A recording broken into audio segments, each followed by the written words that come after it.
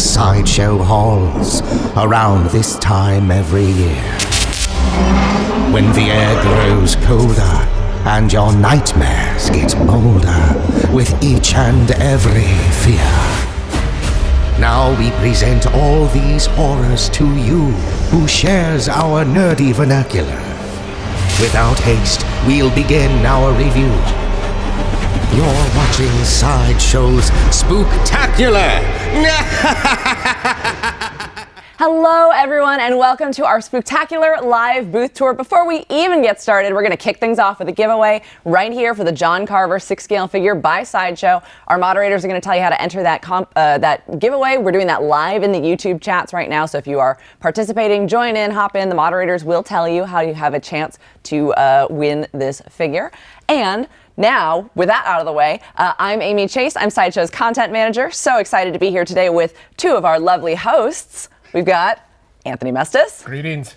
Anthony is our project manager, and you're going to have an opportunity today to ask a lot of questions art-based, so you're going to have a lot of talking to do. Great. And, no pressure. I am Guy. I am your resident nerd and collector, just like yourself. So I'm excited to be here with everybody. Awesome. Now, this is part of our Spooktacular event, and this is a live booth tour. You may have seen earlier in the week we had a recorded showcase with Zoran and Tiffany, and that was super awesome. But if you are just joining us, Spooktacular is this thing that we've been going on since last week. Yes. So, Guy, do you want to tell them a little bit about what Spooktacular is? Spooktacular is our annual event. It's a big deal here at Sideshow. It is a 24/7 experience. It goes for a week long, all the way through midnight on October 31st. We do product reveals, we do giveaways, we do reward codes, we do all kinds of special surprises for it. And so you're going to want to be dialed in and ready to go with this. Yes, this event runs from October 23rd through the 31st, just like Guy said. So if you haven't been playing along already, it's not too late to join the fun. You can check it out at spooktacular.com for more information.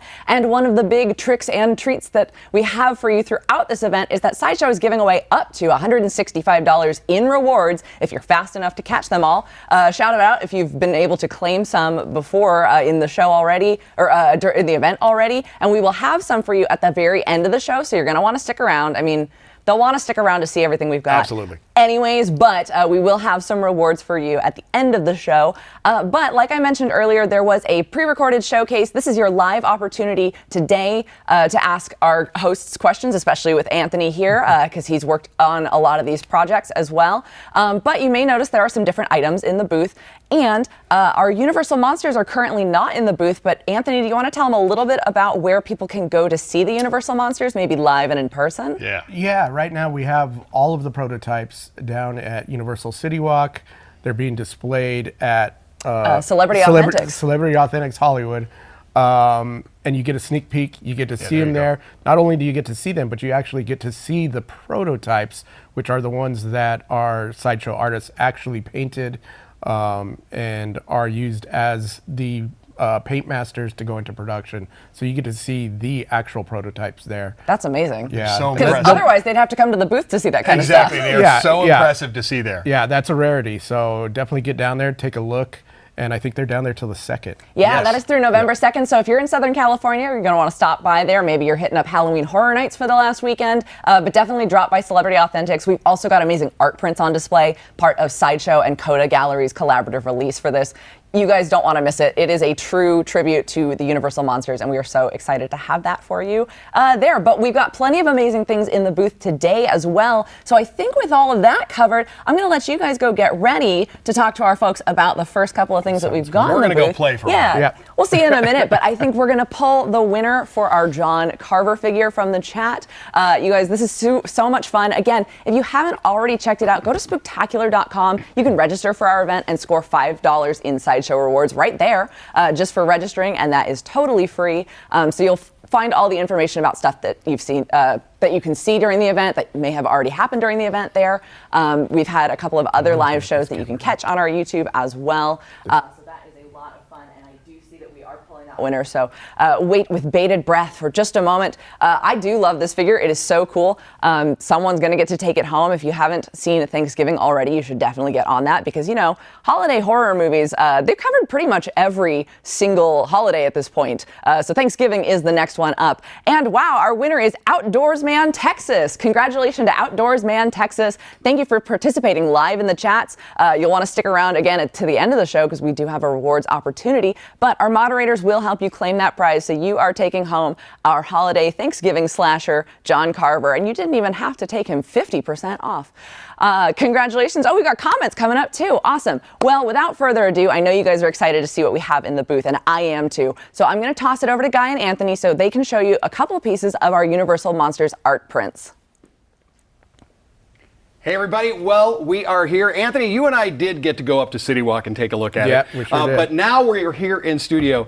Tell me a little bit about this one, because this is an artist you've worked with. Yes, so this bride piece is done by Brian Viveros. It's done in his style, which he calls the Darkland style, which if you know Brian's work, his subject matter is very synonymous with strong females, and he has this roses that he likes to have with his subject matters, and they just come off as kind of like a hip, stronger version, and he's definitely added this to the bride. And I think, it's awesome. I really dig this now, and I got to see it in the aluminum up there on City Walk, and that there are these little things that you keep seeing in it. You brought up the roses, but I'm liking that on these knuckles. You got the gloves. We've got the gloves and all a little more modernized take, but we even see a little heart there in the blood there on there. It's definitely details like that that really tie it together. And once again, if you're familiar with his work, there's some thematic things that carry through his line of portraits and stuff that he does, and it's details like this and the roses and the gloves, and I've talked with Brian on various occasions, and he's always talking about how it's this stronger female that he likes to do, and it's this kind of like rough and tumble world, kind of not kind of post-apocalyptic, so it definitely ties into the bride in this picture here. I like this the one makeup. a lot. He always does the makeup where it's kind of goth-esque. runny, and then you see all these little bats. Yeah, that are kind of in the hairline. Yep, exactly. Now, next to you is, I believe, for Sideshow Art Prints, this is our first 3D print, and it was the first 3D movie I ever saw as a kid. We had to go to the store and get the glasses, and then it was played during the Halloween season on the Locals channel. Yeah. That was a long time ago. Yeah. And it actually came out in the theater in 3D. In 3D. But later on, that was in the 50s, but later on they would show it on TV. Like you said, you'd go to 7-Eleven or whatever, and you'd have to get the free glasses, and you're able to see it on TV in 3D. Now, you just brought up what you had to have was the glasses. So would you put those on for us here? So you're taking a look at the colored version of this one here, which is really neat, a colorized version. Look how cool I look. Yeah, look how cool that is. Yes, the glasses are specifically made to go with this print. Yeah, so they have the print of the creature artwork face on there as well. Yep. And you're seeing different things that are popping out. Now, even if we brought the camera in, I don't think I'd be able to hold the glasses correctly for you to see the 3D, but the swimmers, the bubbles, the piranha, of course the hand, but even down here onto the Rita boat, we got to see some depth in that. Yeah. And it's just such a fun thing to have on the wall. It's super cool. I mean, like you said, the Rita pops out, the 3D, the logo, Julia Adams, everything kind of comes out at you. The creature's hand a bit, the little piranha and the bubbles. Yeah. It is great. And it's very subtle. When you have the glasses on, which makes it somewhat realistic, it's not like floating really crazy, but it's just enough to give it that dimension. Yeah, if you weren't wearing the glasses, it doesn't ruin the print. It doesn't feel out of focus. Because that's the thing. When you do some of the red and blue 3D elements, if it's off center so much to create that 3D, when you don't have the glasses on, it becomes a little distracting. Yeah, so we kept it very kind of close to where even if it's viewed on the wall without the glasses, it's not like, what am I looking at, But once you put the glasses on, you get that 3D effect. Of all the Universal Monsters, Creature was my favorite. It's my favorite now, as well. before we move on to any other pieces, Amy, do we have any questions in the chats about these pieces or anything else? Yeah, we're getting some comments and some Okay. love here. Damos1223 says, Viveros is awesome. I have a Metallica print by him. And we have Tom Chewin says, I missed the giveaway, but the art looks amazing, especially the bride. So I wanted to actually mention that you can RSVP now and enter a giveaway to win the bride of, for a chance to win the Bride of Frankenstein print on our website. You can check that out. Go to spooktacular.com for all of the kind of contest hub and Spooktacular information. But we did have a question about some alternate formats of these. I mean, people are loving the 3D, but I wanted to also share that the Bride of Frankenstein piece will have an aluminum canvas, an aluminum variant, an HD aluminum variant, and then the creature print has a silver screen variant, so that is the black and white, and that is on giclée paper, as well as there will be a canvas version of that. And they're all highly limited edition. For a little more information on that, again, you can check out spooktacular.com, and you can RSVP to enter a giveaway for the creature print as well. Well, thanks, Amy. Yeah, back to you guys. Back to us. Now, Anthony, you and I played with a lot of action figures when we were a kid, and the G.I. Joe were definitely ones that we did. This is by Iron Studios. This is their Cobra Commander. Right. And it's in the 1/10 scale. And I think that that's a kind of a cool thing that I don't really know anybody else other than Iron Studio doing 10th. Yeah. But it gives a lot of options. Yeah, Iron Studios definitely cornered the market in that scale. And I think what's great about that is, like, some collectors don't have all the room to be, having their collection. So, at this scale, they're able to continue to collect and, multiple pieces and have them in their room on their shelf. And this is a perfect example of that. Yeah. It takes up a small footprint. And it's not hogging up all. But still tells a lot of story. Oh, most definitely. I mean, you can see all the details. That's a heck of a desk chair. Yeah, exactly. And they've done the clear flames, and a neat thing that they did with the mask that we were looking at earlier is rather than chrome plating it, they did a clear mask and they sprayed it chrome in the back. So even though it's clear, when you look at it, it creates this kind of weird lighting effect where you get this shimmer of chrome even though it's not chrome. So it's quite clever on what they attempted there. Because, I mean, for a lot of us, outside of the action figures, we were used to seeing it in animated form, and how they would do the reflection on that mask was, use of cut across and move and and that can be replicated here with what they did with that. It's a neat little technique. So now, before we move on to larger pieces, Amy, does anybody need to learn more about Cobra Commander or the 1/10 Iron Studio stuff? Yeah, we've got a couple questions here, and I just want to share that this is available for pre-order now on our website. You can check that out. But we have @TheLerm wants to know, does this statue light up? Does it light up?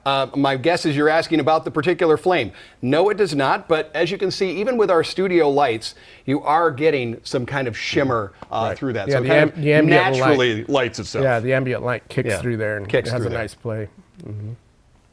We also have a question from Jojo Valdez 8294. This is a little bit more about the set design we've got going on here, but they want to know, how tall are the pedestals that we have these pieces on display? If you guys know or can give a general sense of scale. This is very funny. Amy is 5'9", I'm 6'1". This is up a little bit. I'm 5'6". They are about a 4-footer. I think that we've got on these ones here. We would have to look back because they have been in our collection for quite some time now, haven't they? Yeah, they've been. But hey, I mean, the set design looks amazing. The multimedia team did such a great job creating an entire immersive set. So if you're paying attention to the podiums, make sure to look at all the cool stuff that's going on, because this was a custom designed set to better accentuate all the pieces that we are excited to show you guys. But that's it for questions on Cobra Commander, so let's see what's next. Okay, let's get to some larger scale. This piece is really neat. We've teased it a little bit. Right. And I want you to tell me the story of how this came to be. I've learned a little of it, but I want to hear it from you. Yeah, so this is Maria's take, a very artistic take on Beauty and the Beast. I mean, it's not something that's tied to Disney. It's more kind of like the literature, but I mean, it's her version. You have, the beauty part, obviously, and you have the beast part. But the beast is a little bit more demonic, a little bit more darker, goth. It's very gothic rendition of the classic. Yeah. And we definitely, if we were going to do this, we wanted to kind of, step in that direction. It gives us the ability to be a little bit more creative and kind of, pull at the imagination a bit.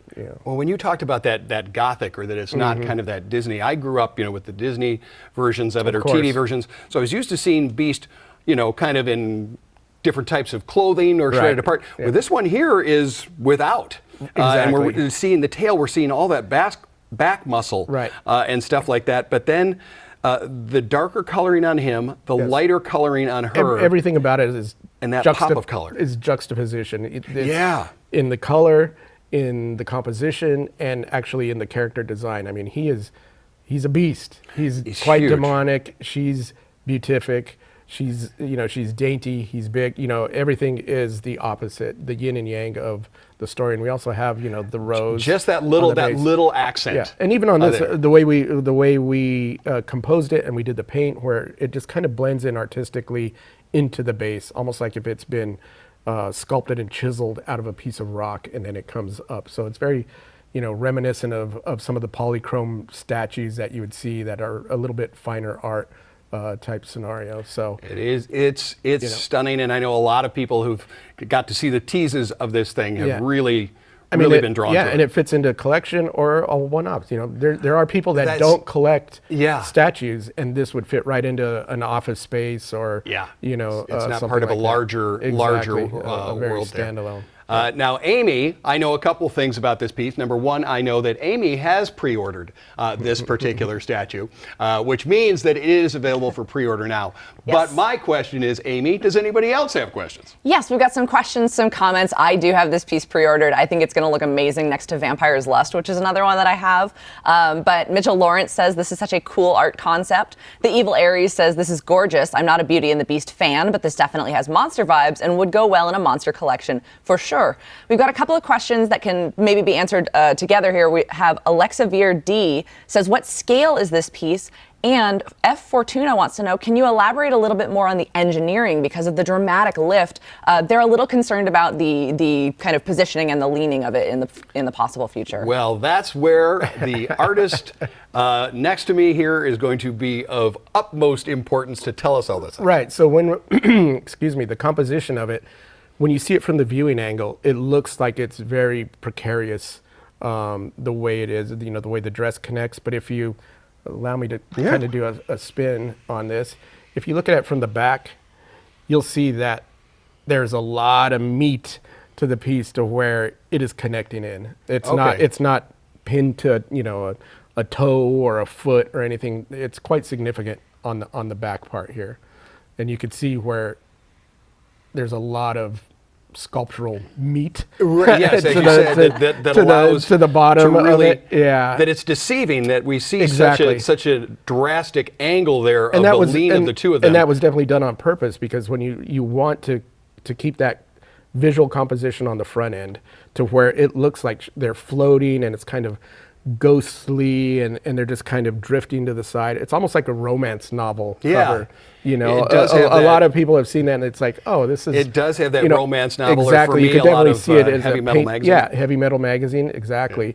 But that gives us the opportunity on the back to fill in the back, and her dress covers the front, and it creates that kind of faux illusion of them kind of just drifting, weightless, in the air there. Well, I thank you for those questions, because that allowed them to see that back that I was talking Yeah, you would about. never see it because nobody's going to display it from the back. Yeah, probably not. Probably not. You may have it on a turntable, so that would be about the best. Exactly. Now, if there's no more questions about this one, I want to move one last question. Oh, yes, we do. Sorry. Kojo7485 wants to know, why is the rose on the ground of the base?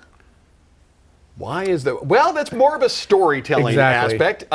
If you are, boy, I hope I'm not doing a spoiler for anybody. Does anybody know why the rose is part of it in the original novel? It is a nod to that part of the story, but it also, I think, for me, allows that bit of color. Right. We're seeing that very cold colors once again with his skin, and even hers she's almost a porcelain white, but we get that pop. Once again, because even though the title is Beauty and the Beast, if it wasn't, some people will take it very literally that it's Beauty and the Beast from the story. I mean, it doesn't necessarily. It's more of a title that gives it. It's like Beauty and the Beast, but putting the rose in there ties it to the original literature, literature. And the Disney and everything. So there were even people going, well, what makes this Beauty and the Beast?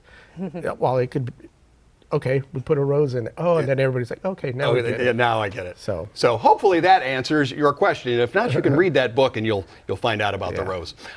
Or watch the animated. Or watch that animated. They put it in there too. Any other questions, Amy? No, we're good on that one, but I do encourage everyone to read the classic fairy tale or the many, many adaptations that have been done. I took a fairy tale class in college, which is why that piece really speaks to me. But yes, that is it for Beauty and the Beast. Let's see what's next. I love that there's a fairy tale class in college. I love that. Okay, now we saw her work on Beauty and the Beast. Here's more of her work in Moon Knight. Yes, this is Maria as well. I mean, Maria has played a hand in a lot of the pieces that we're going to be talking about, that we've seen in the past, but she did Moon Knight, and it definitely has her styling. She does such a great job at, conveying flow and, just gesture, and you can definitely see it in this piece. We have Moon Knight, we have Werewolf by Night, and if people have been paying attention in the past, it has a swap out head. So we have the original from the comic book, and then we have more of a realistic kind of a little more human. Yeah. So now you talked about flow, and that brings me to this question. The cape in Moon Knight is very, very important, and this is huge and flowing. Now, Sideshow does a lot of premium formats and then premium format mixed media where we implement cloth elements. Now, when you're deciding something like this, what was the reasoning behind let's do this as a sculpted versus a fabric? I think, a lot of times we discuss these things, we discuss capes. Moon Knight has such a very kind of, in the comics, he has such a very specific way that his cape is perceived, almost like it has a life of its own. Yeah. Sometimes we like to, in the composition and the visual of it all, we want to lock that down. Okay. Because at times when we do a cut and sew one, we give the customer the ability to pose it and kind of do their own thing. This one we wanted to definitely convey and just like there's a mood we want to create with this, and this is why we went this way. This allows us to lock in that mood, and it doesn't drift, to where maybe we're like, well, that's not necessarily how we were envisioning. How we were hoping that it would look. And plus, it's this one would be a tough one to do in cut and sew, because of the styling of it, where it's so kind of needles out and has all these pointy areas, and then his hood is very specific. Yeah, just the sheer size of something like that. We have a lot of wires going through everything, and just to get everything to bend right. So I love the subdued colors in this. Of course, Moon Knight in that kind of blue, whites, and dark, dark shadows. Yeah. But then we get the earth tones of the fur, and then down into. It's definitely just to talk a little bit on that. I mean, even though Moon Knight is white, when we paint this piece, you can't just paint something just pure white and call it a day. Some people think like, well, that's how it's supposed to be. But if this was all in white, it would just look like a big block of white. So we've added blue, which would be at night, moonlight, you'd have that blue. You see it in comic books, you see it in theatrical lighting, when you want to convey that cooler, moody kind of vision. And also because of his cape billows out so much, we wanted to paint that really dark inside. So inside of the cape in here, it's super dark, and that allows to see the silhouette of Moon Knight himself, so he just doesn't blend into the cape. Because if it was all white, it would just turn into a big glob. But we go in and we pay attention, and we know these little things and these tricks that people take for granted that we have to incorporate into these things to get the character to actually pop in. That would be the magic of being able to fool the eye. Yeah, exactly. I like that. Exactly. Well, it's a beautiful piece, and it's amazing to see two of her pieces in a very different style, different character take. Amy, do we have any questions on Moon Knight before we move to even more pieces? Yeah, we're getting some questions, some comments. The Everyday Collector says Maria has definitely been showing off her artistic capabilities with these releases. That is Maria Panfilova. Again, we did a couple of interviews with her on the blog, so I'm going to promote my team's work. So check out the blog, and you will see an interview we did with her, both for her Marvel and DC pieces with Sideshow, as well as the Beauty and the Beast piece. Steven Zuliger says, wow, that is a Halloween piece. Right about that. And then we also have the Dragon KC6HT says, what's the other head look like? You can check that out on our website right now. It is a more classic style Werewolf by Night portrait, and it's got kind of a shorter snout, almost more of a humanoid face, but that is available for pre-order. That's the exclusive edition. And our final question for you guys on this one is at Casual Nerd Problems wants to know, does this one show the bottom half of the werewolf as well? It seems like everybody was asking about that. And once again, allow me to do a little twist and shout here. It's a little tough to see because of the cape, but yes, if you look at it, there is the body. The werewolf is being kind of crushed down into the section of architecture there, and his leg comes all the way back. It's kind of buried and broken with the gargoyle head. So he does have a foot, he does have a leg. It was funny when this piece first was shown, there seemed to be, by the collector community, always asking, does it just end? Is it just a torso? Because once again, these pieces aren't necessarily designed to be like, okay, here's the display side, you know, but we go out of our way to put those details in there and figure a way out compositionally to include some of these elements. I think it's these things that aren't seen. It goes to show that, you know, we are giving consideration to everything, but he does have his leg. There is a full werewolf underneath that attack. Yeah, he's back there. Any others, Amy, before we continue forward? Nope. Our audience can rest assured that the werewolf by night does have his little werewolf feet, but that is it for that. So let's move on to some scary looking symbiotes you guys got back there. Yeah. Okay, let's talk about one of the larger statues. We went from kind of the white over into black and the world of Venom. Yeah. Let's first talk this big guy here. I want to know the story behind what made you choose to do something like this. Well, I mean, we've been wanting to do this piece for a while, as far as, you know, the Hulk Venom piece, but you know, we just had to find the right time to make it happen. And you know, there's definitely a fan base that loves the Venomized characters. It's in the comic books. There are also some that, you know, hey, that's not their cup of tea. But the thing is this has the best of both worlds on there. You know, the Hulk looks amazing, the Venom looks amazing. We did it in a style where he's very, you know, he's not overly dynamic, which allows us to kind of like, he's in your face, he's right there, and we get to split him kind of down the mid center. He's still raging, but the thing is the great thing about the composition is if you tilted him at a quarter, three-quarter view, you see the Venom. If you do it the other way, you see the Hulk. If you do it straight on, you get both. Yeah. So, you know, I've seen some pieces where they've been portrayed to where they're heavily biased to one or the other. We definitely wanted to give the collector almost a true 50-50. Yeah, almost a split down the middle. I mean, his hands are definitely Venom, but you have enough Hulk there to enjoy the Hulk. So much so that I've seen a lot of chatter where people are like, hey, are you guys gonna just do the Hulk like that?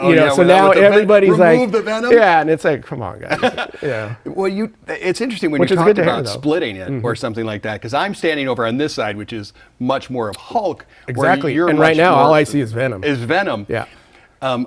Here in the jaw area, we see a lot of a very unique kind of transformation that we see the fangs of Venom there, but we see Hulk's jaw there, and it's I love really the way the portrait came. Out of position jaw there. It's almost painful. Like the jaw is snapping out of place. It's having that whole metamorphosis that you would imagine. Like, I mean, if Venom's taking you over, you're just not like, hey, come on, jump on my back. Yeah, this doesn't look like it's the most it's not probably the most pleasant. Especially with the Hulk, you know, he's not just going to be accepting of everything. So there's going to be that Hulk's raging, Venom's taking over, turning into a different character altogether, and we wanted to convey that, and I think it's awesome. It almost has that John Carpenter, The Thing kind of transformation, where you see the split face in the movie. Not to take it out of context into a different thing, but it's definitely has that view, and we wanted to capture that kind of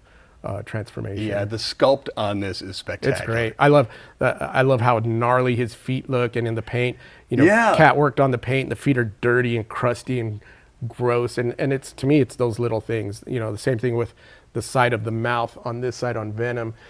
All of those teeth, and I think what makes it is that jaw, that corner mouth goes all the way up to the back and opens up, like a big zipper of teeth.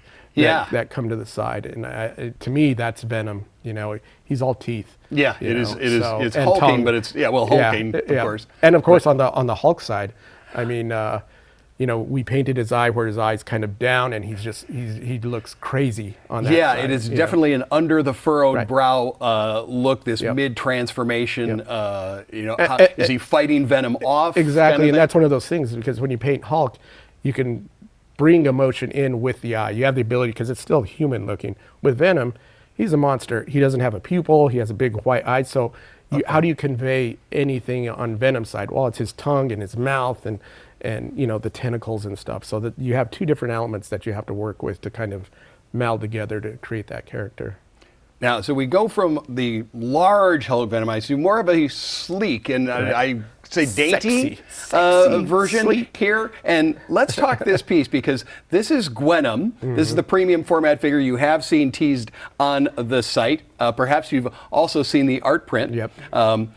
Daniel Bell did this based on the artwork on that cover one. So let's talk a little bit about doing something like that. Yeah, so I mean, this is Daniel Bell sculpted this piece, and like you said, this is based off of a variant cover that was done. And I mean, you have almost the opposite of this. Gwenom she seems very kind of, she's not raging, she's not fighting Right. it, she's already kind of, accepting the symbiotic, transformation. And plus, this one now is like, you got Rage and you got Venom. This one you got kind of a little bit sexier, kind of, like you said, dainty things. And how do you make those two come together without seeing them like a train wreck? Yeah. And I think this is a perfect example. You have where it's very elegant, the way the tongue and everything is going in the tentacles, and then you also have Venom coming up from the back, where it's like, it's almost a Venus flytrap. Exactly. And then we see that kind of the lower jaw of Venom being the hood that she's used to having. Because it has to incorporate into the character, or else it would just be what makes this Gwen. Yeah. So you have to put those elements in there to kind of get that to work right. But I mean, you have a kind of like, I don't want to say horrific, but you have Venom's it is horrific, character. but it's also very beautiful. Again, like I Exactly. said, with kind of that Venus flytrap or something Yeah, like that, is where it we see those flowery elements and blossoming out, or is it once again very Thing-esque kind of, take over. Yeah, taking over. And is she in control where this has become part of her costume, or is this getting ready to take over on her? So you can play it however you would like. Well, that's one of the things I really like about when Sideshow does these premium formats and these statues is a lot of the storytelling is started by the sculptors and the artist, but it's continued by the collector. Yeah, and you see what's it in, happening next. Yeah, and you see it in the gesture. You see the slight tweak of her head, the direction of her eye. We definitely want to convey emotion, and that once again, those little nuances allow you to really visually convey a story or an attitude. Now we're going to move to more Venom stuff, but before we do, we want to answer any questions about these two Sideshow pieces, Gwenom and Venomized Hulk. Amy, do we have any specific questions on these two? Yeah, we've got a couple of questions, and for those of you just joining us, I want to remind you, you're watching Sideshow's Spooktacular live booth tour. We've got Guy Klender and project manager Anthony Mestas in the booth right now, taking you on a tour of some amazing items. This is a slightly different booth than it was when Zoran and Tiffany hosted our showcase, so there are new items to see, and you guys can ask questions live in the chat. We are fielding those here. Daniel Bell actually stopped by the chat. He said, I had so much fun sculpting Gwenom. I hope you like it, dear community. So if you guys are participating live in the chats, we got some fun stuff going on in there. And then we did have a couple of comments and questions. AG559 says, holy cow, when the camera stepped back, you really got to see how large that Venomized Hulk was. And Mondo1080 wants to know, how heavy is that thing? Oh boy, this one here? I don't have I suggest bringing a friend along to decide where you're going to place it in your collection. Yeah. Because it is going to be a heavier piece. I like to say it's heavy. Yeah, heavy is the terminology they use. It's big right now. I don't have a final weight on what it's going to be out of production. Even though this is a production sample that we had done the paint on, so the actual weight is on that, but it's heavy. Trust me. All you got to do is ask Kat Sapine when she was painting it. She knows has how to heavy it is. hike and lift Her it arms around. got. Yes. She's kind of hulked out while working on it. So it's a hulking piece, I guess we'll say. In every aspect. Yeah. Any other? You said there are some more questions? Yes, on that note, our fan Hulk Mad wants to know, will there be plans to release a non-venomized Hulk, perhaps? Oh, perhaps you just now tuned in. Quite a little late. Anthony, you did bring up that there has been some call for that. I've been following some of the collector community shows, and it seems like that's a constant thing. Right now, we have no plans to do an unvenomized Hulk of this version. Right now, this is the only version that we will be doing. I always say never, but currently there are no plans for that. Okay. There could always be another Hulk, but it just won't be this Hulk. It won't be this Hulk, exactly. Any more, Amy? Yeah, a couple more. So Meow Tot was wondering if we could see the back of this piece, but I know that you did mention it's heavy and we've got the big podium. So Meow Tot, if you want to see more images of this piece, you can check it out on our website right now. Go to spooktacular.com. You'll see all the things that we've released and premiered and revealed during the event. And there is a full gallery because I think this guy's up for pre-order already. So you can check out the turnarounds on that. You can also see those kind of cool half slice moments that they were talking about. You know, one side you see just the Venom and one side you see just the Hulk. And then King Sol 4786 wants to know, when does Gwenom drop? RSVP, because it will be going up during Spooktacular. It'll be going up very soon. So if you want to pre-order that beautiful, beautiful Gwenom piece based on the artwork of In Hyuk Lee, RSVP now at spooktacular.com and you will be notified. You can even sign up for SMS messaging and get mobile alerts when limited releases drop and new pre-orders go up on our website. So I think that does it for our Sideshow Venom pieces. Let's talk about that crazy symbiote party that's going on from PCS. All right. Yeah, this is a 1-1 scale I would think we're going to talk about, probably. Sure. I mean, it's massive. Yes. I mean, how many Venoms have you met in 1-to-1 scale? Yeah, exactly. I'm gonna go with who would know? With it is. There's a lot of storytelling going on in what they've been doing. Yes. With these ones here. Most definitely. I mean, I don't want to speak 100% for PCS, but yeah, I mean, you see all of the elements that they've incorporated into this. It's definitely the Venom storyline. Kacharik Brothers had designed this. I think they sculpted it as well, but don't quote me on that. But I mean, you can see all of the details, and knowing Kacharik's work, this screams the Kacharik Brothers. I mean, you see everything imaginable in the Venom mythos on this piece. Yeah, in the mythos, particularly now that we've got it to the back, we see the god of the symbiotes right there in the back, and that kind of long, slender look. I'm so used to Venom being this large character, right? That then we get this kind of slender look. Yeah, gangly kind of. Yeah. Yeah, he looks awesome. Now we move over to this side here, and I'm going to ask for assistance from my Encyclopedia of Knowledge comic individual, Amy Chase. Amy, right here on the side, I've got a lot of symbiotes hanging out. Can you assist me in telling me who they are? Yeah, so these are going to be, these are representative of all of the different symbiotes who have spawned out of the Venom symbiote. So you will see Carnage, who's probably the most famous offspring of Venom, but we've also got the 5 Life Foundation symbiotes. So starting at the top, the purple one is Agony. Then we've got Riot, who is the gray one next to that. Down below, we've got that kind of yellowish red. That is Scream. That is my favorite symbiote personally. The green one is Lasher. And then the orange one at the very bottom is Phage. We're just pointing all over the place. Yeah, exactly. Sorry. There's symbiotes everywhere on this thing. We're pointing all over the place. And then you've got, kind of up here with the arms, and then we've got all of those tendrils in the back. There's so much storytelling. That null on the back with those kind of, those swirling symbiotes are like from the Absolute Carnage line. That's kind of like that hive mind, when all the symbiotes are thinking as one. Yeah. But this really is the Venom life story here. Yeah, I think it's great because what it allows you to do with Venom, you can incorporate all of those versions compositionally and get away with making it work, because Venom is this amorphous kind of entity symbiote. So you could have them all kind of melding and whipping around, and it works. Yeah, one thing for me with Venom was that it always kind of seemed to be in motion. Right. And so yeah, it's like this oily kind of that it works with something like this that maybe you couldn't pull off with other characters. teeth are translucent, so you get this and kind of huge. ambient, you know. Some of those things have got to be what, 2.5 inches long? They're good size. Those are massive, he's gnarly. massive teeth. Amy, thank you very much for helping with the additional names of our symbiotes there.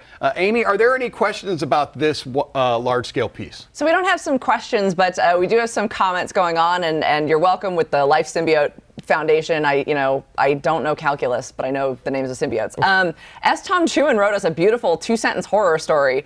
It's 3 a.m. and you stumble to the kitchen for water. Forget you own this, and now you're wide awake from fright. And Mandy Me says, pro tip, put it in the guest closet, the guest bedroom closet for more screams. I am just curious of why he's deciding to have this in the kitchen. That's a heck of a display area that's for what this happens particular one. But that's the beauty; it can go anywhere. That's what happens when you run out of room. Well, this Is it the kitchen or the bathroom? Which one is it? I have statues on my refrigerator, and I'm not afraid to admit that because I have officially run out of space. Luckily, that's when you're like, oops, I've officially hit max capacity. Yeah, So, Amy, luckily, this would be a nobody's at my refrigerator house. one. Would this be a refrigerator one? You know, I'd keep him a little closer to eye level, maybe not up on the fridge, but You just keep them at the window so nobody breaks in. That's the first thing they see. Yes, probably you would turn and leave. Turn and leave. Never mind. Do they have a dog? No, I have a guard Venom. Yeah, exactly. So it's a little different. Well, then let's move on to another group of characters, the Rogues Gallery in DC. I know these are big for you. I know getting to do the Rogues Gallery is something that you've really been pushing to do. And this is our newest edition. We have Riddler, we have Harley, but the new edition is this one here, Man-Bat. It's Man-Bat. So, yeah, I mean, I'm ecstatic with how this came out. I mean, once again, this is Maria's work. That's wild. That we're seeing the elegance and beauty of, say, Beauty and the Beast, things like Moon Knight, and then we get into this almost terrific. And that is a testament of her ability to capture, across the board on these different subject matter. She did the Penguin that, came out a couple years ago.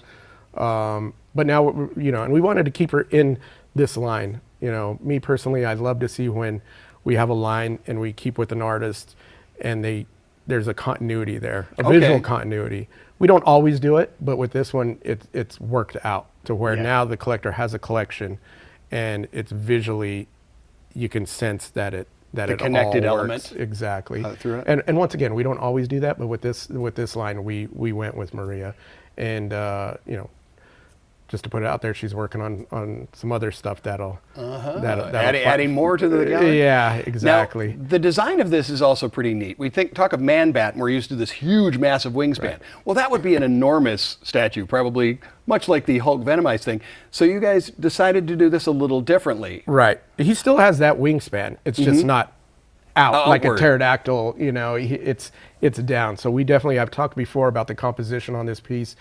If we were going to do Man-Bat, and he's such a foreboding larger character, there was no way we were going to have him with his wings out. It presents assembly problems, production problems, shipping issues, just because of how big it is. And then all of that equates to, cost and everything else that goes along with it. But compositionally, when we came up with the idea and we had, kind of vibed off of some past comic book covers, there were renditions of Man-Bat, challenging Batman. So what better way to do it other than, if you don't want him fighting or anything, the bat signal is that, core element to Batman that everybody recognizes. Yes. So if he's going to come, I'm going to go to the bat signal. I'm going to get on it, crush it.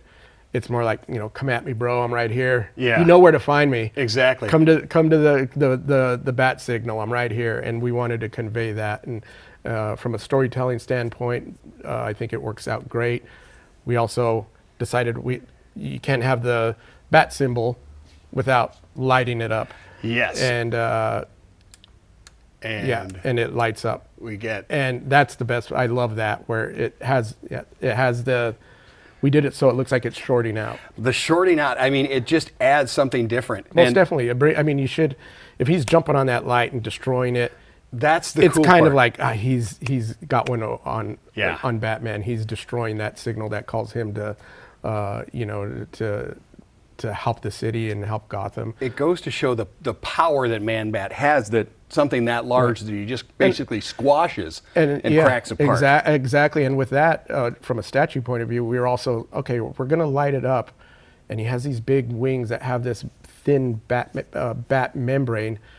We should be able to get the light to come through them. So we went with a translucent material, and the combination between the material, the size of the wings, the composition, everything, we worked everything together to allow for that light to pass through those wings.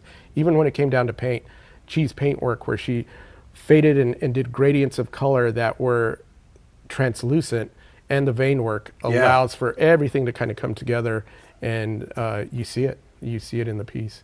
Now, you also hit a few things. You talked about how important the bat signal was.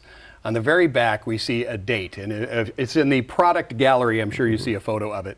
That the year in which the bat signal was introduced, you actually made that as a manufacturing thing on the back. There's a maker's mark on the back that shows that on the back. I thought that was incredibly cool. So hardcore fans will pick up on that. And we have a lot of hardcore fans. Probably a lot of hardcore fans are in the chat. Those are the ones that ask the most detailed questions. Yeah. And about that, Amy, do we have questions on our Rogues Gallery?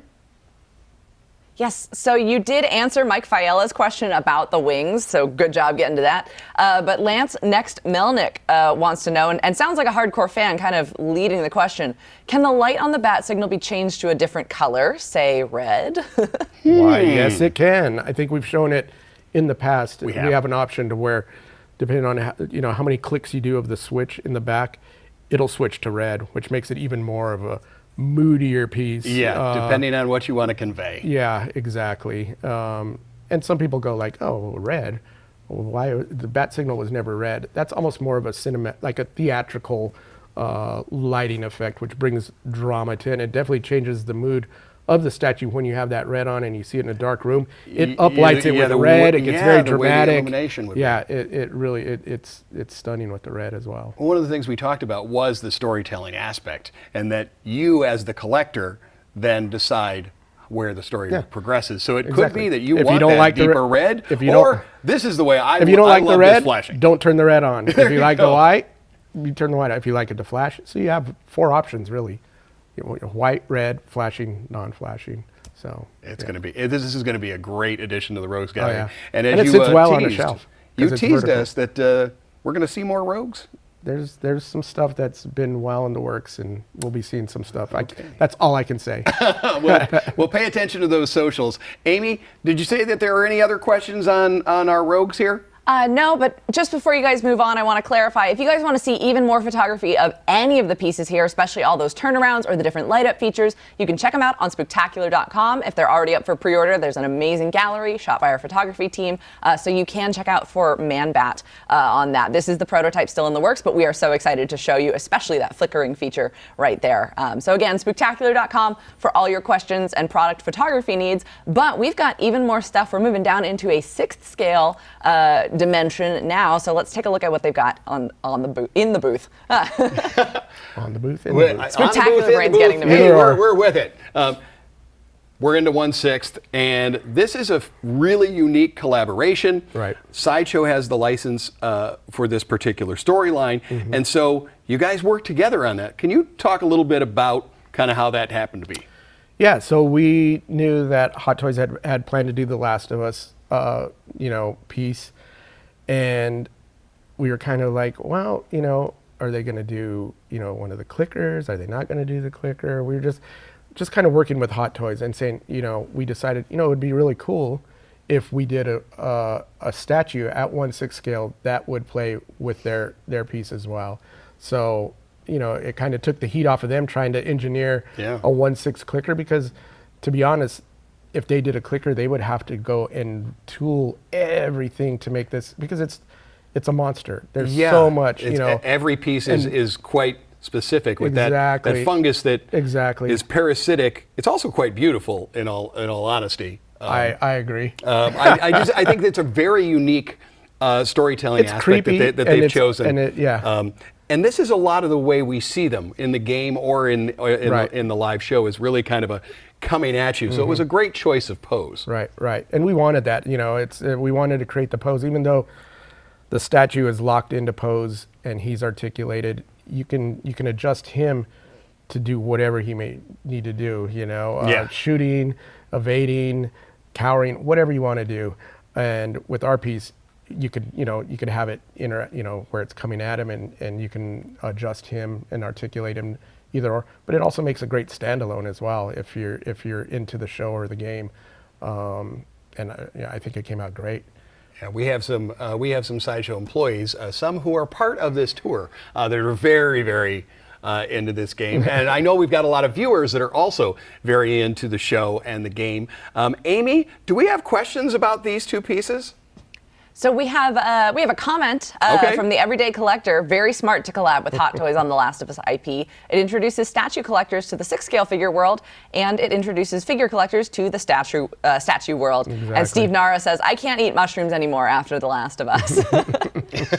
I just put a little butter. He developed a mushroom allergy, apparently. Well, I understand how that is. Yep. Well, thank you for those comments. Okay, we're in Spooktacular. We're in the Halloween mode, and a man whose creativity definitely is Halloween is Tim Burton. Yep. And he brought us the show Wednesday, giving us this character from the Addams Family. And now Hot Toys has done her in 6 scale. Yeah.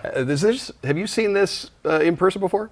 No, this is the first time I've seen this. Because this has just piece. come out. Yeah, and I'm a fan of. I haven't seen the second season. I think it's up going now. Yeah. First season I loved, and it really isn't my genre as far as the show goes. But once I started watching, I was like, I'm totally into this, and I'm a big Burton fan. Yeah. So it all worked out. So I'm anxious to see the second season. But I love what Hot Toys has done here. I mean, they've embodied the character, not with just the likeness and the costuming and everything, but I mean, you have all the elements. Yeah, it has some of the coolest accessories we've seen in a 6th. You said you've watched the first season. Yep. That's what this one is based on. Exactly. We have her black and white school uniform, and they've done so many great details. I want you to be able to see that even inside, you're seeing that black and white checkered deal there. For me, though, that portrait sculpt, Hot Toys does an amazing job with portraits. And then the ability to move the eyes. Yeah. And it really, really comes to life on something like this and allowing that storytelling. Now, you've been in the 6-scale world as an artist pretty much from the get-go, and a collector. How big of a deal has it been now that you can change the eyes? I mean, it's awesome because, you've always had with the articulated figures, it allows you to articulate them and put them into gesture and pose and kind of create your own scene. But when the eyes were always locked in, it limited you a bit. You could get it into whatever crazy pose you want, but it's like, hey, I'm looking straight, whatever. But now you're able to emote in the portrait itself through the eyes, and everybody knows the eyes are, the windows to the soul, and that's really what brings life into any figure, whether it's a static statue. When we paint the statues, like I'd mentioned with Gwen, we paint the eyes to the side a bit, or you always see that. There's always attention given to the eyes, and when it comes to 1/6 pieces that Hot Toys does and their movable eyes, that allows you, sky's the limit now. You could get in there and pose the eyes and add that extra, if it's a subtle, look, or if it's something zany and kooky, and you could even cross them if you wanted to. Yeah, you could do whatever you want. It gives that last, again, more of the storytelling, more of you as the last artist to work with the. And it really allows you to customize your piece to be your individual piece. Particularly when you're playing the cello. Yeah. You want to have that. You got a hand on your shoulder. How important the eyes are. He doesn't have eyes, but yes, this particular figure does have 3 different versions of thing. This is available for pre-order right now and is going to be shipping soon, I believe. Is that correct, Amy? Actually, I just got word that this figure is now waitlisted. Oh, wow. So we are very excited to show it to the people who did pre-order it.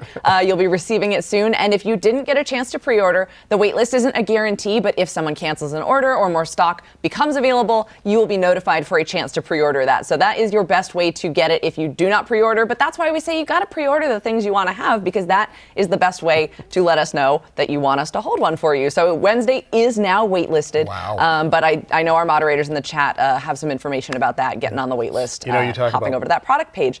On the subject of eyeballs, we have 2 questions, but on the subject of eyeballs, JJ Joe wants to know, do you have any advice for how to pose eyeballs properly? Because that's such a new feature for these figures, collectors haven't practiced with that. Things on that, but why don't you talk to that a little bit I mean, more? as far as, my personal opinion is, it's really you just play with them until you get them. I mean, you're not gonna, nothing is wrong. So it's like, if you're really unsure of it, look at and you're trying to replicate a specific scene or a specific look, get a reference shot, and on your phone, a printout on your computer, and just go in there and start slowly adjusting the eyes and just go back to your reference.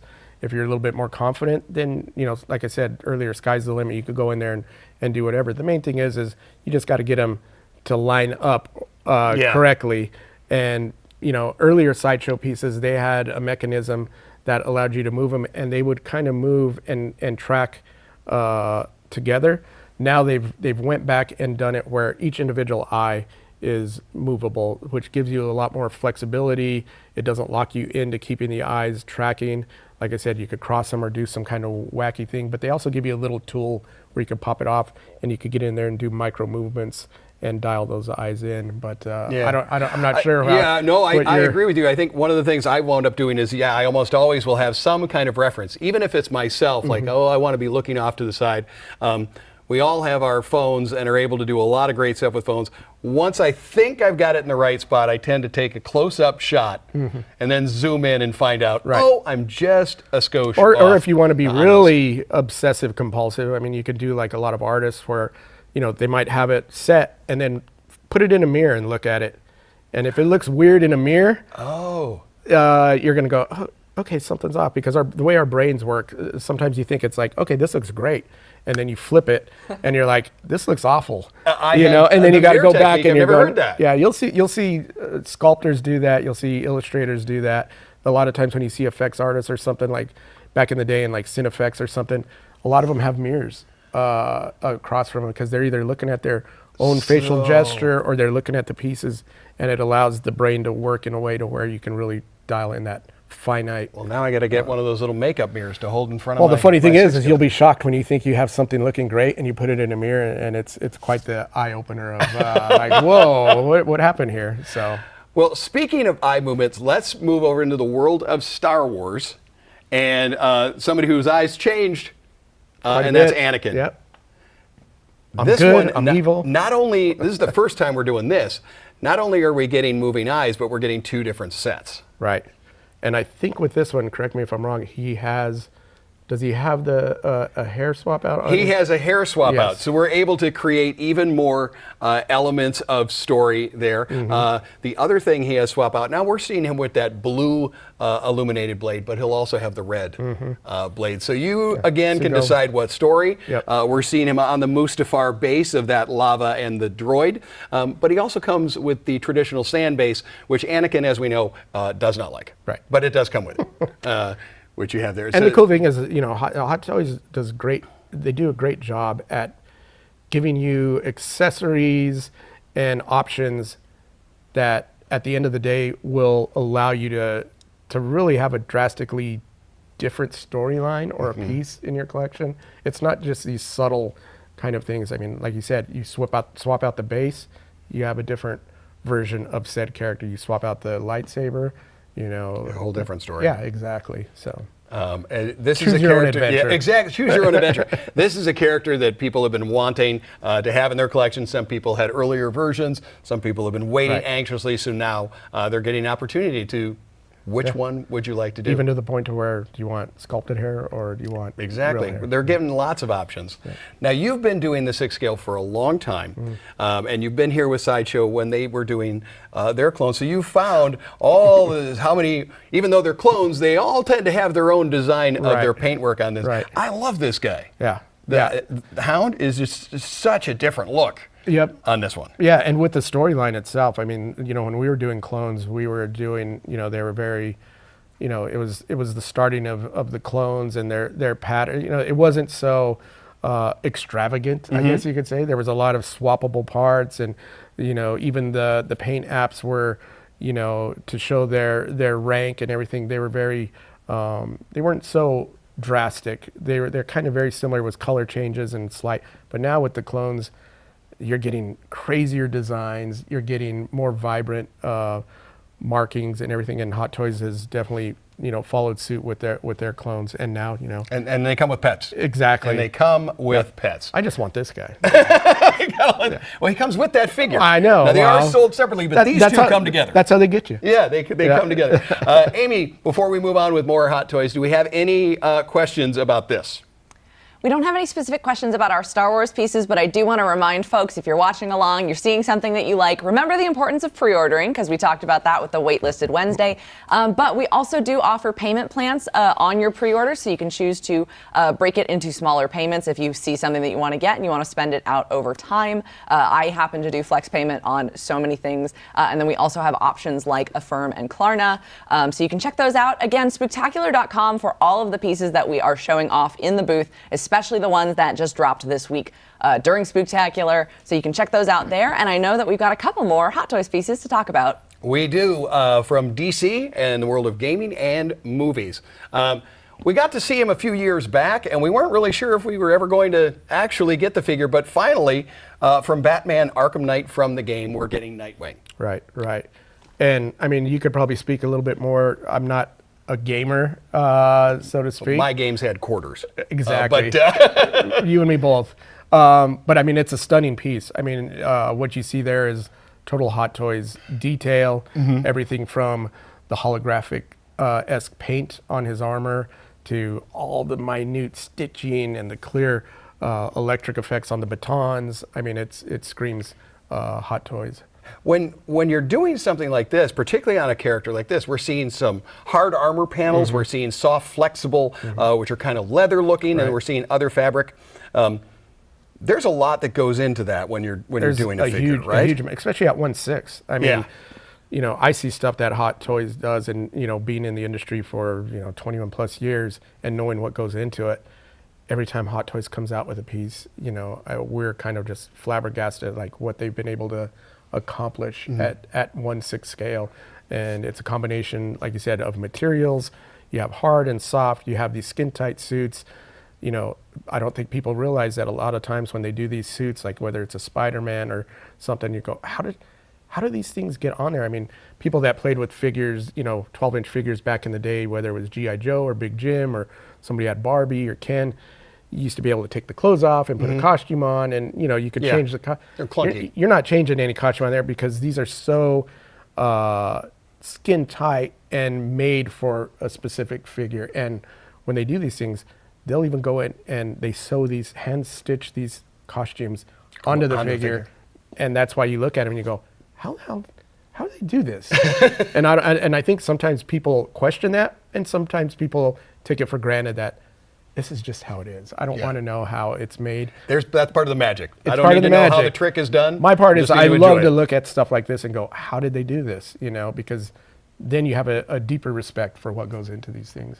Well, another thing that's come up in the 6 scale world really recently is this all seamless bodies that we're getting, particularly allowing us to see kind of the arms of, say, the bulking characters, or something like this, where we're seeing Harley Quinn now for the first time in that full seamless thing. The whole body is done this way. Yeah, so just like you said, 1/6 is never standing still as a collectible marketplace. That's why you're seeing a lot of, I hate to say rooted hair, real hair, I guess you would say. You're seeing, movable eyes. A lot of these things, Hot Toys, really went in there and established as far as product. And here we see them throwing throwing it in there with the full silicone body. So, anybody who collects 1/6, they've always been able to overlook joints because that's just part of an articulated figure. You're not getting away from that.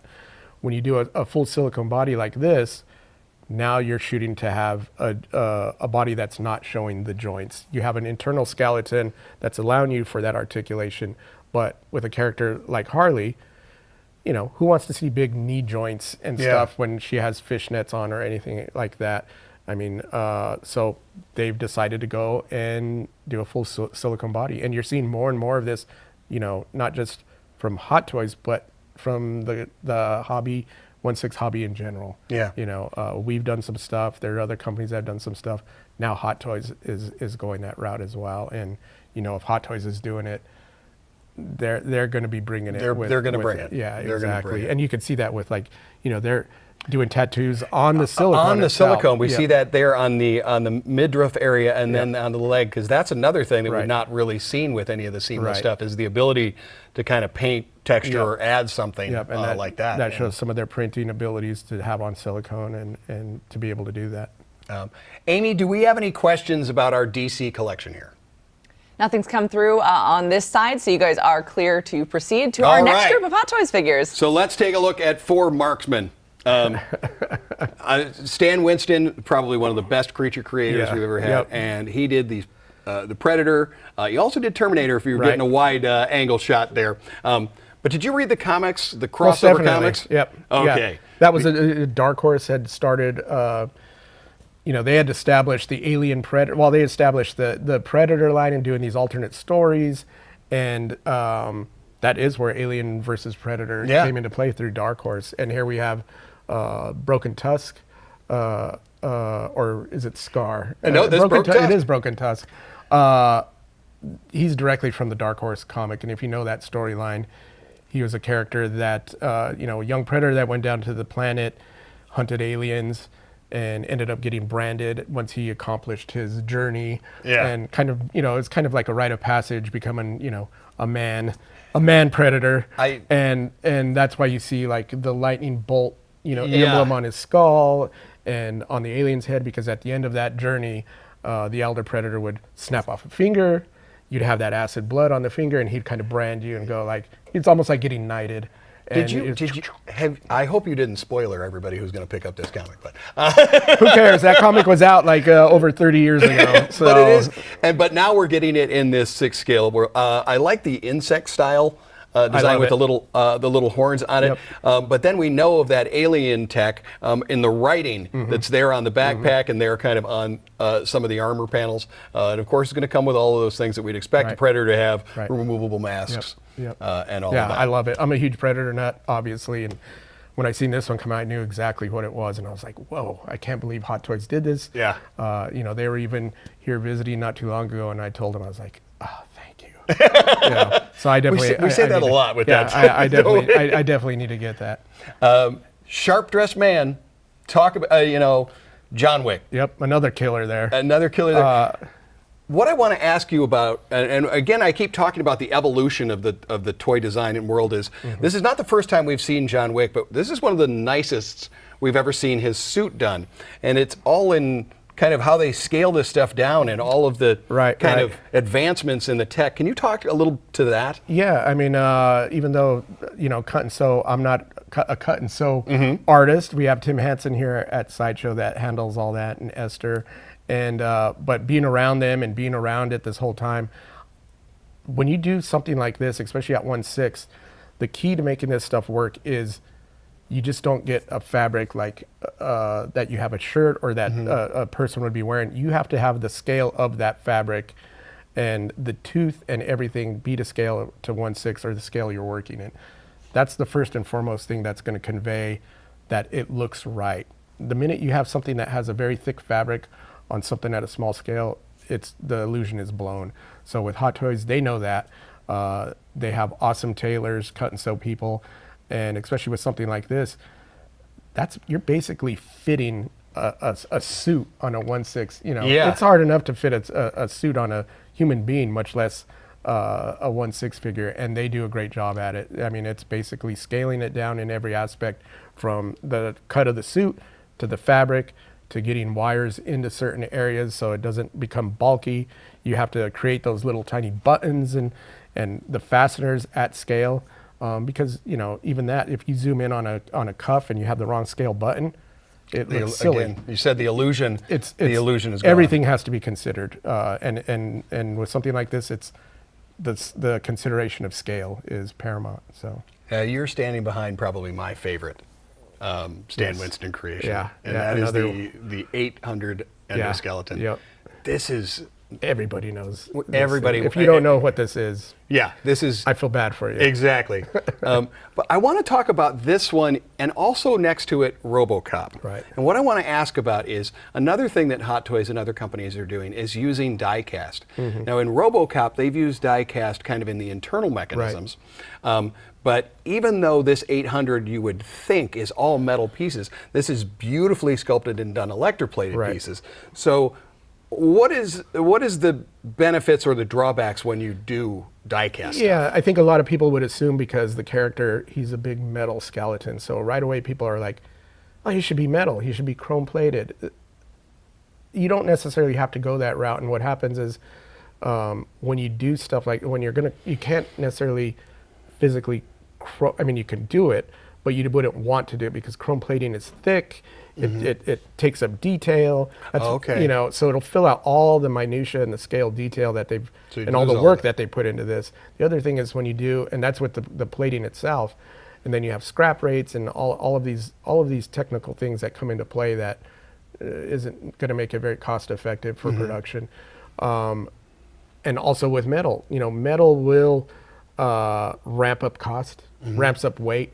But the thing is he's basically a skeleton. So it's like once you start trying to do metal parts, it's like, well, what do you do metal and is it worth it? Are you going to be doing a metal leg and then a plastic thigh and a metal end part? So then you start getting these weird weight imbalances to things. Okay, so that's a huge factor. Exactly. So if you do the arms and weight, now it's going to be difficult to pose.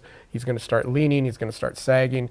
You just run into all these weird issues. So if you tool it, you do custom electroplating, which isn't necessarily metal plating, or if you do a paint finish on it that you can get, it makes for a tighter fidelity on the details, and you don't have to worry about him not able to keep a pose or filling in detail and getting sloppy. So Hot Toys definitely, once again, they've nailed it with this piece and with all the details. Talking about paint and applications, I love that this has that blue mica that we saw in RoboCop 2. As a Detroiter, I have to have just about every version of RoboCop that comes out. But this allows us to, we also have a portrait feature on this. And this is when you talked about the weight, because this is bulkier. I can kind of get away with those. You can get away with the internal metal pieces to allow him. Now this is something where you want that metal in there to keep him up, and he's bigger, and the weight of him, and the finishes you can get. But this is one where you could have some metal parts. Same thing like you see with some of the Iron Man stuff. Or you could get the metal internal parts and some of the big girthier parts as metal, and it works out. And like you said with the paint, being a painter myself, I love seeing this and how they're applying it and getting these pearlescent finishes, iridescent finishes. I mean, you have, it shifts from blue to magenta. And it just looks stunning. It looks like heated metal, which is basically what the effect is, and to accomplish this at scale, it's awesome. They did a great job. I'm excited to have these in the collection, and I'm sure others watching are, and they may have questions. Amy, we've got time for maybe a question or two. Do we have any before we wrap up our show? Yeah, we've got just a couple more. That Felix one wants to know when RoboCop is shipping because it looks great. Currently, the estimate on our website is July through December 2026. We always keep that updated as best as possible, so check out the information there. And if you have it on pre-order, we will notify you about that shipping window. Let me see what else we got. Brian Rasmussen says John Wick's suit is nicer than any he owns. And Alex, we got two more questions here. One more on John Wick. Alex Xavier D says, will you be able to slightly style the John Wick artisan hair, maybe a couple of strands over the forehead?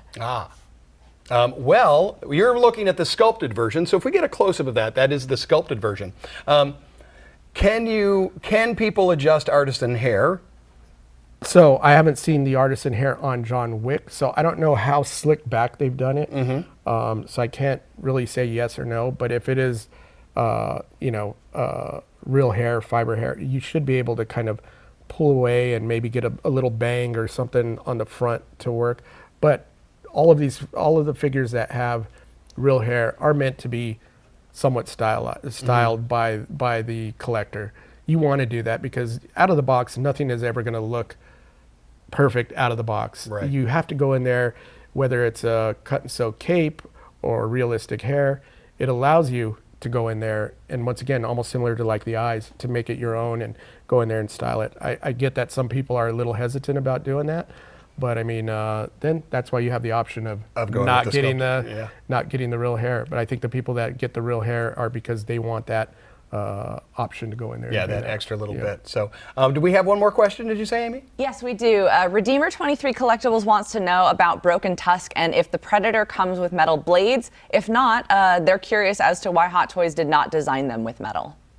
Well, I don't know that I could speak to why it's not metal. I can tell you that it is not metal. Yeah, I mean, I don't think they're doing metal, and you said you've been around it more than I have. Particularly a sharpened object is probably not the safest thing to do. You run into a lot of problem or issues with things like that. It could be everything where certain countries don't allow you to import things that they consider weapons, even though we know it's 1/6 and it's not necessarily a weapon, or various aspects. If you do metal, if a metal piece bends or breaks, that's it. There's no fixing it. So usually they'll do a piece that is in styrene, PVC, whatever, because they can keep the fidelity and they can put an edge on that thing, and they can get the paint on it to look the way it needs to look. And you can hit it, and it'll kind of bounce back and it'll go into shape. Metal is not as forgiving. Not forgiving. Yeah, it's not. Absolutely. And to be honest, I think when it's in plastic, it looks better to scale. Sometimes metal looks like a big metal piece on there. Right. It takes a little bit to finesse that. Well, as we've seen, just what you can do in metal, and to get the metallic looks is that none of this is actual metal. Some people will be going like, "Oh, that's metal," and other people go, "No, it's not." And if you're asking yourself that question, then they've done their job. So. Absolutely. Yeah. So, well, Amy, I hope that wraps up or helps to answer any of the questions. And of course, you can always go to the site where we have a little bit more in-depth information, not nearly as much in-depth when you have the artists here. But why don't we make our way back over to Amy, because I think we've got a few more things going on before we wrap up our show. Yes, indeed. Welcome back, gentlemen. Oh, thank you, Amy. Thank you so much for giving everybody that awesome in-depth tour. And again, you guys can check out spooktacular.com, check out our website for even more information on the pieces that were featured there. But that was awesome. That was great, guys. Thank you so much. Well, thank you. And it is still Spooktacular, which means there are giveaways going on. We currently have an ongoing giveaway for the Darth Maul Mythos statue on our website. Again, check out spooktacular.com to find out more information. You can enter that giveaway all the way up until, I think, 11:59 and 59 seconds p.m. Pacific time on October 31st. That's Halloween night. Hopefully you guys get all your entries in before you go out trick-or-treating, put on your costumes, all that good stuff. But you can enter for a chance to win Darth Maul all the way up until that point. I love that you have it down to the microsecond. When you talk about squeezing every drop of fun out of Spooktacular, Amy, make sure you get that last little bit. I mean, if we say 24/7, it's got to be as close to 24/7 as possible. That's right. And Spooktacular's not over just yet. Again, it goes all the way until that time on the 31st. So there are plenty of other giveaways going on. There are plenty of activities. We've got a lot of them listed out for you at spooktacular.com, but it wouldn't be full of tricks and treats if we didn't hold a few surprises for you. You have to be paying attention to our socials. Make sure that you're subscribed to our channels, to SMS messaging. You never know when something is going to pop. Check your emails, all that good stuff. But, I do think we promised them a little something at the top of the show. You said tricks or treats. Is there any other treats? I think we promised you guys some rewards if you stuck around to the end of the show. So you are seeing a code on your screen right now. That has a limited number of times it can be claimed. So act fast and you will score some Sideshow rewards for your account. Again, remember, it's a limited number. So if you're watching a little bit later, we missed you. You could have been here live. But if the code isn't working, that means that everybody's already claimed it. Yeah, and that's how it goes during Spooktacular. You got to be quick. You got to be snooze, you lose. That's what I say. Literally, quite literally. If you are asleep, you're going to miss something. So. You two, I can't thank you enough for letting me be part of this. This is some great stuff, and to get all of the knowledge, not only from you, but the encyclopedic knowledge that you bring to every show I have ever done with you. Well, and we've got someone who's in the trenches, making the art, flipping the canvases, keeping everybody on track with that. I'm happy to be here. Yeah, thank you so much. Yep, thank you. Well, thank all of you for watching. Yeah, again, spooktacular.com for everything you need. If you want to see the Universal Monsters in person, hit up City Walk from now through November 2nd. You can check that out. Yeah, that's an opportunity to see that live in person if you're in SoCal. Sideshow prototypes on display. But until then, there's plenty more Spooktacular fun going on. Thank you guys so much for watching and for joining us. And until then, don't forget to let your geek Sideshow.